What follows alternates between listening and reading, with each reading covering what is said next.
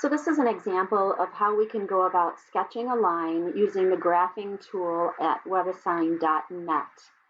What you have to do first is you have to select the line tool. And we want the one with arrows on both ends because a line continues on into infinity in both directions. So I'm going to click on that first one. In this particular problem, we're told that these lines go through 0, 0. So I'm going to click on 0, 0. That's my first point. And then for the line with a slope of 1, that means its rise over run is 1 over 1. So I go up 1 and to the right 1, and boom, there's a second point, and it draws the line for me. To draw the second line, a line that has a slope of 0 means that it has no rise but lots of run. So rise over run is 0. So that means if it does not rise at all, it must be a horizontal line.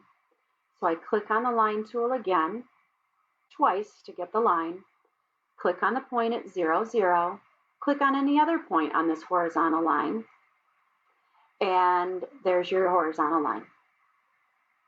For the line with a slope of 1/4, again, click on the line tool twice, goes through the point 0, 0, rises 1 for every 4 to the right.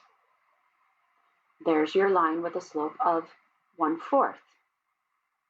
For the slope of 4, click on the line tool twice.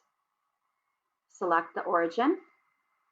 A slope of 4 is 4 over 1. So we rise 4 and we run 1. There's your line that passes through the origin with a slope of 4. And finally, for a line that goes through 0, 0 with a slope of -1, we'll click on the line tool twice, click on the origin.